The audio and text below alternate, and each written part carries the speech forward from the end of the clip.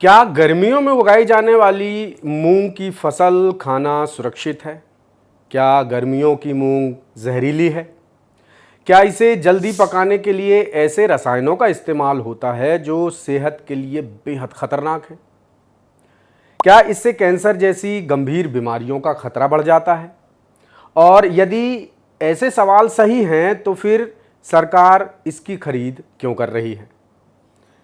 मध्य प्रदेश में इन दिनों यही सवाल सबसे ज्यादा चर्चा में है। सोशल मीडिया से लेकर आम लोगों तक हर जगह ग्रीष्मकालीन मूंग यानी गर्मी की मूंग की फसल को लेकर जमकर बहस छिड़ी हुई है। इसकी सबसे बड़ी वजह हाल ही में भोपाल में हुआ एक बड़ा किसान आंदोलन है, जिसने पूरे प्रदेश का ध्यान इस मुद्दे पर खींच दिया है। हालांकि पिछले साल भी ये मामला उछला था। कुछ किसानों ने ब्लॉक लेवल पे, डिस्ट्रिक्ट लेवल पे आंदोलन प्रदर्शन किए थे, कलेक्टर्स और एसडीएम को ज्ञापन सौंपे थे। लेकिन इस बार जो मामला हुआ, इस बार मामला पहुंच गया सीएम हाउस के ठीक सामने तक। पूरा कवरेज, देर रात तक का कवरेज आपने 10 सूत्र पर देखा भी है कि किस तरह पूरे प्रदेश के हजारों किसान सीएम हाउस घेरने के लिए आ गए थे और अपनी मांग को लेकर वो सरकार से मिलना चाह रहे थे। सरकार के प्रतिनिधिमंडल से उनकी मुलाकात भी हुई, फिर कुछ मांगों पर सहमति बनी। 60% मूंग खरीदेगी सरकार, ये बात सामने आई। खाद और ई टोकन व्यवस्था पर भी बातचीत हुई।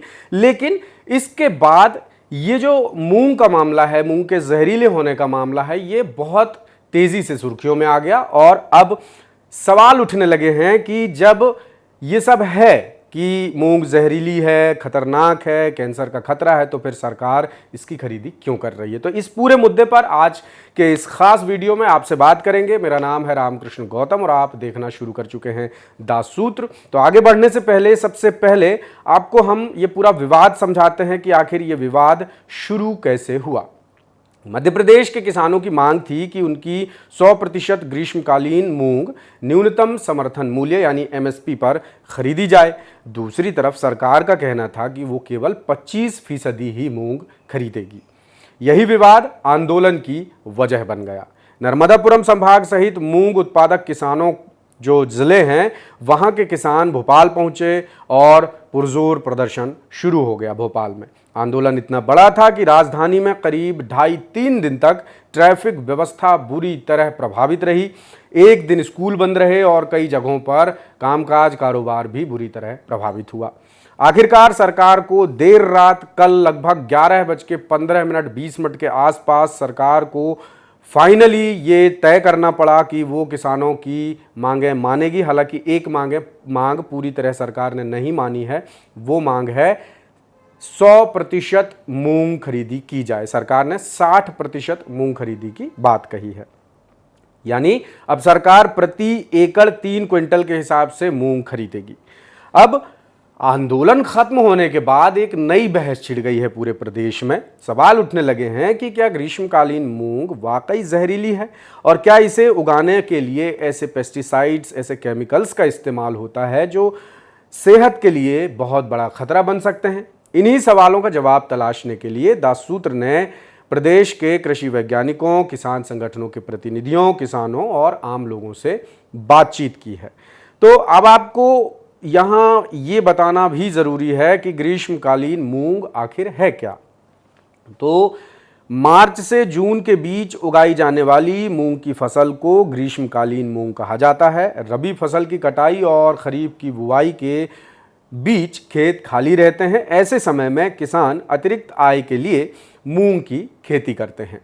एक दशक में इसकी खेती का रकबा इतनी तेजी से बढ़ा है कि अब मध्य प्रदेश में मूंग की बहुत खेती होने लगी है। प्रदेश के करीब 1.5 दर्जन से ज्यादा जिलों में मूंग की खेती हो रही है फिलहाल। और नर्मदापुरम संभाग यानी होशंगाबाद जिसे पहले कहते थे, वो इसका सबसे बड़ा उत्पादक क्षेत्र है। यानी सबसे ज्यादा मध्य प्रदेश में अगर कहीं मूंग उगाई जाती है तो वो नर्मदापुरम संभाग में उगाई जाती है। अब इस मामले में हमने जिन साइंटिस्ट से बात की है, जो कृषि वैज्ञानिक हैं, वरिष्ठ कृषि वैज्ञानिक डॉक्टर AK चटर्जी, उनका कहना है कि गर्मियों की मूंग के साइड इफेक्ट क्या हैं वो ये बताते हैं। ग्रीष्मकालीन मूंग में कई बार पैराग्वाट और ग्लाइफोसेट जैसे हर्बिसाइड्स यानी खरपतवार नाशक केमिकल्स का इस्तेमाल किया जाता है। मूंग में फूल लगातार आते रहते हैं, ऐसे में फसल को बहुत जल्दी एक साथ पकाने के लिए इन केमिकल्स का इस्तेमाल किया जाता है। डॉक्टर चटर्जी का कहना है कि इन खरपतवार नाशकों का असर खेत में करीब 6 महीने तक बना रह सकता है। ये रसायन जहरीले हैं और यदि भोजन के जरिए शरीर में पहुँचें तो आपकी हमारी जो भी इस मूंग को खाएंगे उनकी सेहत पर बहुत बुरा असर पड़ सकता है। अब ग्रीष्मकालीन मूंग से जुड़ी कुछ और भी समस्याएं सामने आ रही हैं, उस पर भी ज़रा बात कर लेते हैं। तो पहली और सबसे बड़ी समस्या है सिंचाई पर सबसे ज़्यादा निर्भरता। गर्मी के मौसम में तापमान ज़्यादा होने की वजह से फसल को 2 बार पानी देना होता है। जिन क्षेत्रों में नहर या ट्यूबवेल जैसी सिंचाई व्यवस्था नहीं है, वहाँ मूंग की खेती होती है बहुत जोखिम भरी। विशेषज्ञों का कहना है कि लगातार सिंचाई से भूजल यानी ग्राउंड वाटर लेवल पर बहुत ज़्यादा प्रेशर पड़ता है और इस वजह से भविष्य में बहुत ज़्यादा वाटर क्राइसिस हो सकता है, जल संकट गहरा सकता है। दूसरी समस्या है कीट और बीमारियों का ज़्यादा खतरा। गर्मी में माहू यानी एफिड, सफ़ेद मक्खी, थ्रिप्स और तेला जैसे कीट तेज़ी से फैलते हैं। इनमें सबसे बड़ी समस्या येलो मोज़ेक वायरस है, जो सफ़ेद मक्खी के ज़रिए ही फैलता है और प्रोडक्शन में भारी कमी ला सकता है। इन्हें कंट्रोल करने के लिए किसानों को बार बार कीटनाशकों का छिड़काव करना पड़ता है, जिससे खेती की लागत बढ़ जाती है। बाद में यही येलो मोज़ेक वायरस सोयाबीन में भी लग जाता है और सोयाबीन की फसल को भी बर्बाद कर देता है और उसे भी बचाने के लिए किसानों को बार बार कीटनाशकों का, पेस्टिसाइड्स का छिड़काव करना पड़ता है और ये मजबूरी बन जाती है। तीसरी बड़ी समस्या है खरपतवार नाशकों का बढ़ता इस्तेमाल।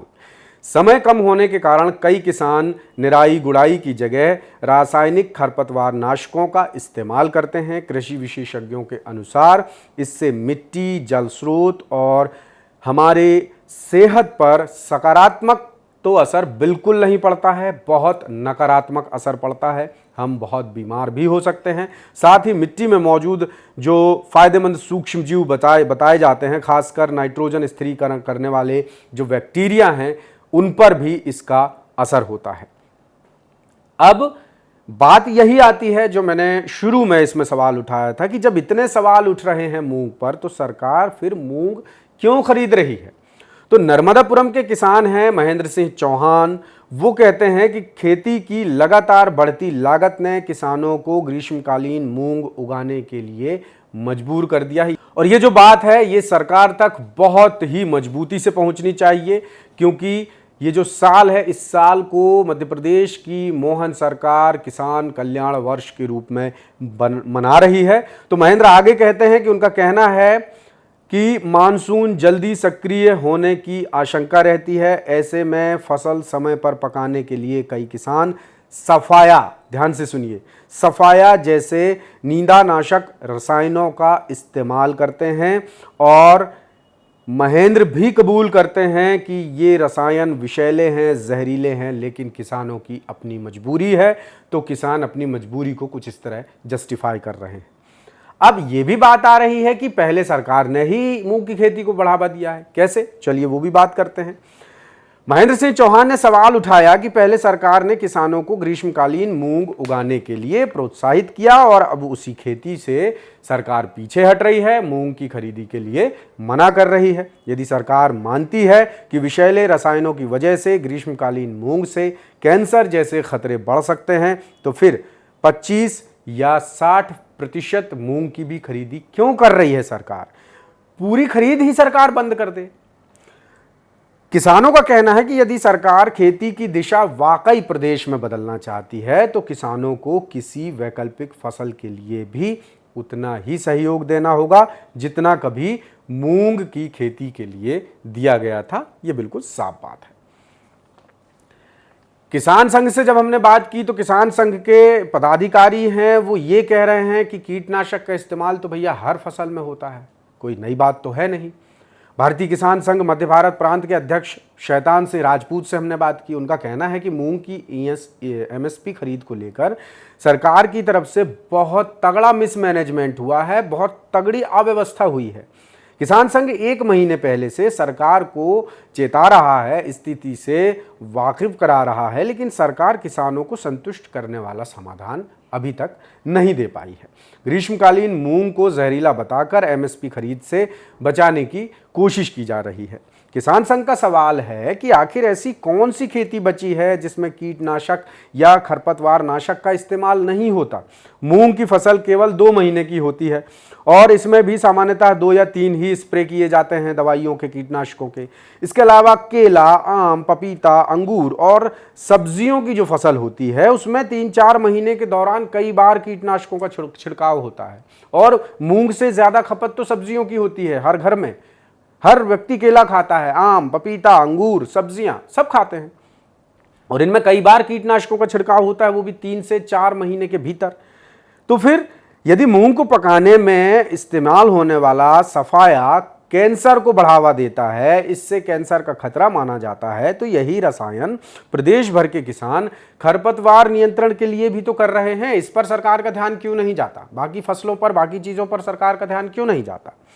शैतान सिंह राजपूत ने आरोप लगाया कि सरकार को केवल बंद कमरे में बैठकर अफसरों की सलाह पर फैसला नहीं लेना चाहिए, बल्कि खेतों की वास्तविक परिस्थिति को भी समझना चाहिए। अधिकारियों को भी ग्राउंड पर निकलकर देखना चाहिए कि असल हालात हैं क्या, किन किन फसलों में खरपतवार नाशकों का, पेस्टिसाइड्स का और जो केमिकल्स हैं, जहरीले रसायन हैं, उनका प्रयोग किया जा रहा है।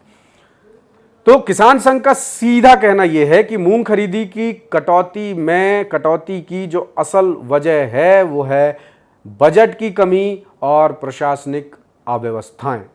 आरोप है कि सरकार ने दूसरी योजनाओं पर बहुत ज्यादा खर्च कर दिया है और उसका बोझ डाल दिया है किसानों पर। अब जो मूंग उगाते हैं किसान, वो कहां जाएं, क्या करें, किससे बात करें? सरकार से बात की जाती है तो सरकार कुछ इस तरह से फैसले लेती है कि उगलत लीलत पीर घनेरी वाला हिसाब हो जाता है किसानों के सामने। लेकिन दोस्तों, सबसे बड़ा सवाल अभी भी बाकी है। ग्रीष्मकालीन मूंग को लेकर 2 अलग अलग तरह की तस्वीरें सामने आ रही हैं। एक तरफ कृषि वैज्ञानिक कुछ रसायनों के इस्तेमाल और उनके संभावित स्वास्थ्य प्रभावों को लेकर गंभीर चिंता जता रहे हैं, तो दूसरी तरफ किसान और किसान संगठन कहते हैं कि रसायनों का इस्तेमाल केवल और केवल मूंग तक सीमित नहीं है, बल्कि ज़्यादातर फसलों में केमिकल्स का धड़ल्ले से प्रयोग होता है और ये बात सरकार को भी बहुत अच्छे से पता है।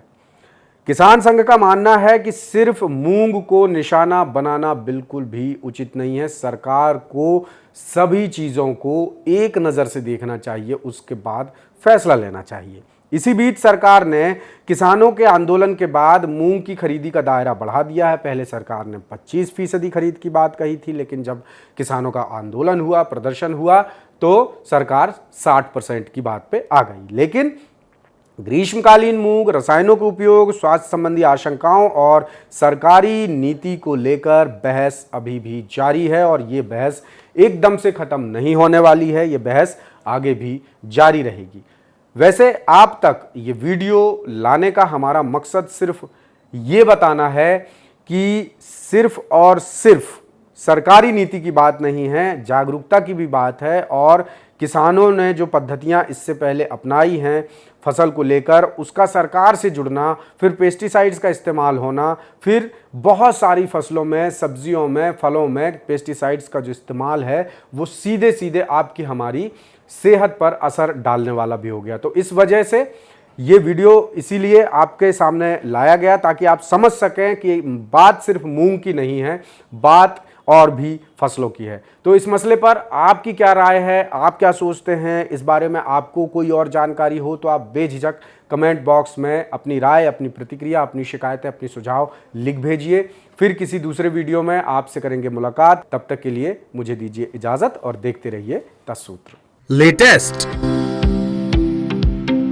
इन्वेस्टिगेटिव और इन डेप्थ खबरें देखने के लिए ज्वाइन कीजिए द सूत्र का व्हाट्सएप चैनल, सब्सक्राइब कीजिए यूट्यूब चैनल, लाइक कीजिए फेसबुक पेज और पढ़ते रहिए www.daसूत्र.com।